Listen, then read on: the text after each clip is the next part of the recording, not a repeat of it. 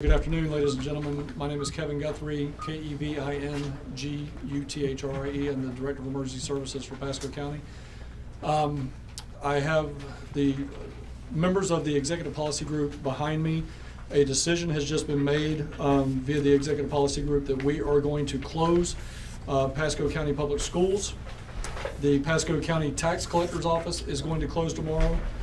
The Pasco County government offices will remain open. However, some non-essential personnel in Pasco County government offices and services may have to work emergency management related duties, so therefore we will have some of our offices that will be in limited access. Pasco County Public Transportation bus service will be running, but they may be delayed on their time schedule because we will be delegating it down to the driver, making the decision as to whether it's safe enough to continue driving the bus in the conditions that they're driving in. So they will, pull over into parking lots or over to the side of the road in the interest of safety of their passengers and themselves. If you have business with Pasco County, the message is please check the Pasco County, Florida website to see if that individual department or division is closed or operating in some limited capacity. Citizens who need help or have questions can call the Pasco County Customer Service Line at 727-847-2411. That's 727-847-2411. And if they have an emergency, we want them to call 911. For all of the latest storm updates and information, it is available at pascocountyfl.net and by utilizing the My Pasco app, which is available at Google Play and the App Store. Citizens are encouraged to utilize social media to report items or pictures of stuff that is going on in their neighborhoods. And we're asking them to use the hashtags Pasco County and hashtag Pasco Storm. I do not want social media to be the primary methodology of reporting these incidents. Again, if residents have an issue, they have stormwater starting to rise, and we are starting to get some of those calls now. We want them to call us. Do not report it over social media. That is not our primary source of communicating. We are monitoring it, but it's not our primary source. So please utilize the customer call-in service at 727-847-2411 to report damages. As you all know, we are now underneath a tropical storm. Tropical Depression number 9 was upgraded to tropical storm at 2 p.m. today. We do remain underneath a hurricane watch. I will also be reporting that we will be taking post this press conference to the Board of County Commission at 4:30 for a special meeting to request a local state of emergency. That is so that we can specifically do the following things for our county. That will be to perform public work, and if we need to take action on such to ensure health, safety, and welfare of the community.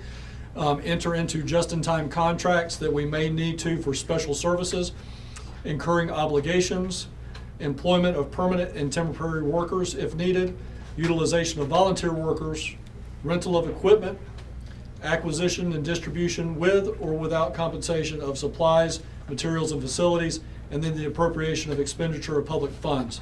That will be going before the Board of County Commission shortly. I am going to allow Mr. Browning and then others of this group to make comments over and above what I've just done. And I will start with Kurt Browning, followed by Sheriff Chris Nocco.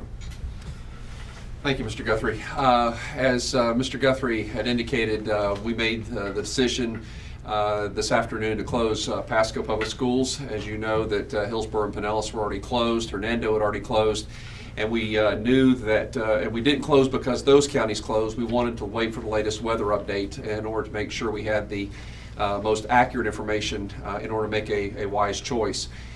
Parents are being notified, district employees are being notified that schools are closed. I have closed or canceled all evening activities tonight, whether it's athletic or open houses or those types of things if they involve students. So we will continue to communicate with our district employees to give them an update tomorrow as to whether or not we're going to resume normal operations on Friday. I want it clearly understood that the reason that we are closing our schools has everything to do with transportation and transporting students. When you are taking students and you are running school buses down the road, and we have a threshold of 40 miles an hour, when we're looking at wind gusts of upwards of 45 miles an hour, it is problematic. And the one thing that, as superintendent, is I want to make sure that student safety is first and foremost. And so I made the decision to close schools, and we will keep you posted as to what we will do on Friday, depending on the movement of the storm and the strength of that storm. Thank you. Sure. Good afternoon. First and foremost, that we want to put out there, we're working together. Pasco County government, all of it, everybody's in this together with our citizens, because your safety is paramount to all of us. One thing also we want to make sure that message is out there is don't become complacent. We've been through these storms a lot. It seems like they become more frequent over the past year. But at the same time it's a blessing right now. It's stalling out there. This gives us a little bit more time to be prepared. And that's the one thing we want to make sure that our citizens out there are preparing. Pray and hope for the best, but expect and be prepared for the worst.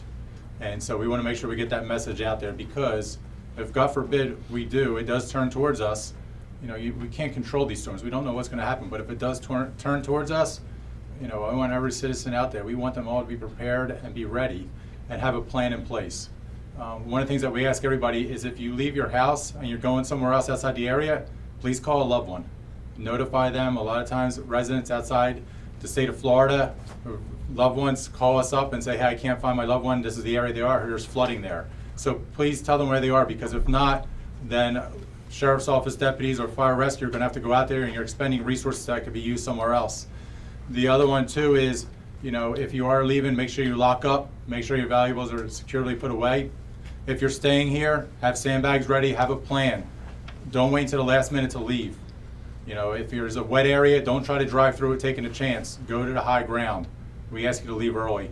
The other one too is, as you'll see on our Twitter account, or go to Pasco Sheriff's Office Facebook page, there's reptiles out there now, gators, snakes. So we want to make sure people are prepared. The other one too is for kids. As you heard from the Superintendent Browning, they're going to be out tomorrow.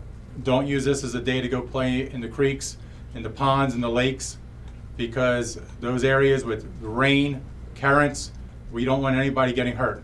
God forbid killed because of this, because they're playing around when they have to be sure everything's safe. The one thing from our perspective, Sheriff's Office, we're prepared. We have deputies ready. We have resources, but we're partnering with emergency management, with the fire services, because as I go back to, we're all in this together. We're working as a team, because our citizens are paramount. And the last thing we'll leave with is sandbags. Our inmates are still out there. They're sandbagging. If you need sandbags, go to those locations. They're on the Pasco Sheriff's Office Facebook page. We have the locations, or our Twitter.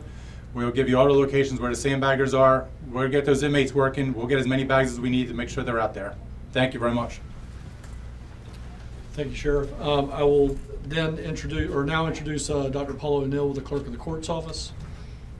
Thank you. The Clerk and Controller's office will stay open tomorrow, so if you have a traffic ticket or want to get a marriage license or passport, we are open for business. I want to stress that court will be in session tomorrow, so if there is a trial or a hearing scheduled, we will be expecting you to be there, so thank you very much.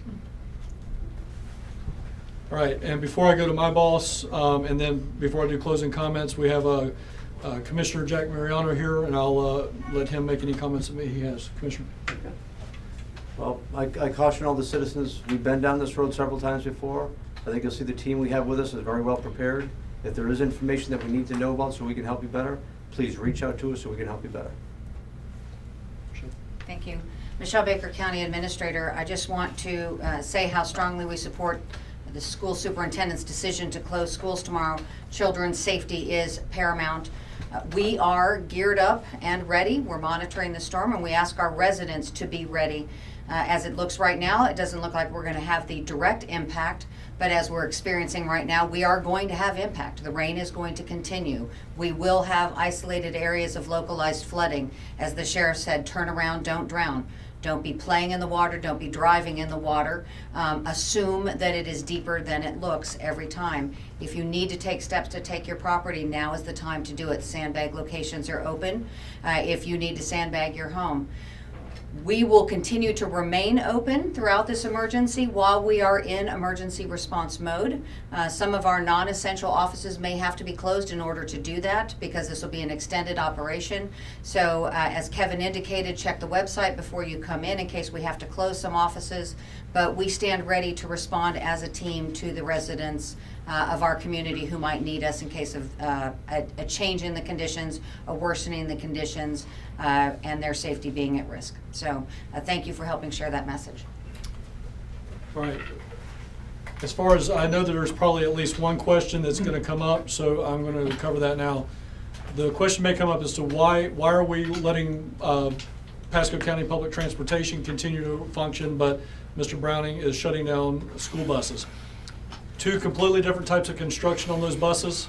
The mass transit buses have a much lower center of gravity, whereas the school buses have a much higher center of gravity. So again, as I stated, we will continue to provide Pasco County Public Transportation bus routes.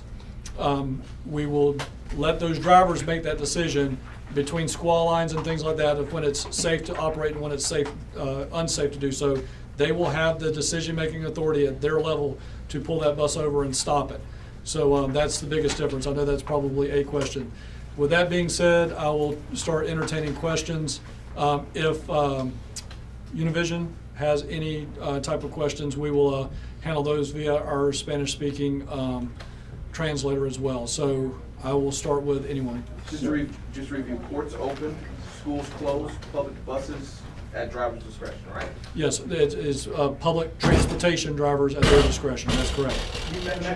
You mentioned that you're getting calls for water that's going up in certain places. Can you say where those places are? We're experiencing already some flooding on Ironbark in that area, as we normally do. I think some of you have already been out there. We're starting to experience some flooding around the Cody River, around Newport Richey. We've been told that river is at 19.83 feet right now. It usually goes into minor flood stage at 21 feet. So coastal areas are starting to experience some minor flooding in those areas that we have historically experienced those areas. But as far as actual streets in neighborhoods, the only one that we've received is that Ironbark area so far. Can you characterize how much you expect this to worsen? What's going to be crucial to this entire storm is when the storm surge comes in and we get that astronomical high tide, which is going to come at 1 o'clock tomorrow afternoon.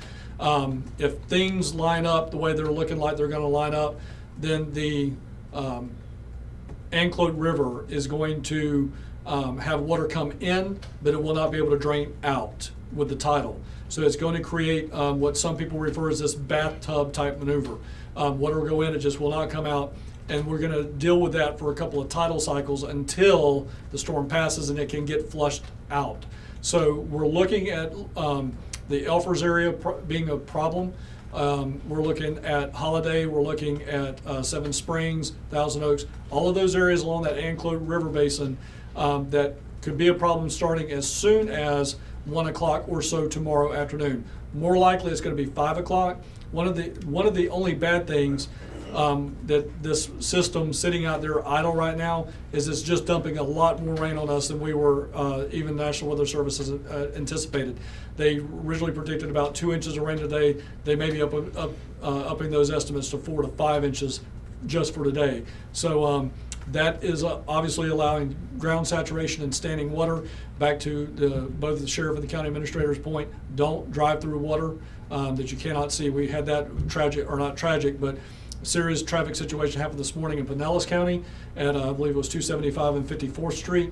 We do not want those things happening in Pasco County. Do not drive through that. You used the word astronomical to describe the high tide. Do you mean to use that word? I mean, that's a significant word. Well, it's referred to as, and I may have got the wrong word there, but I believe it is. I just want to characterize this right here. No, yes. It is referred to as an astronomical high tide.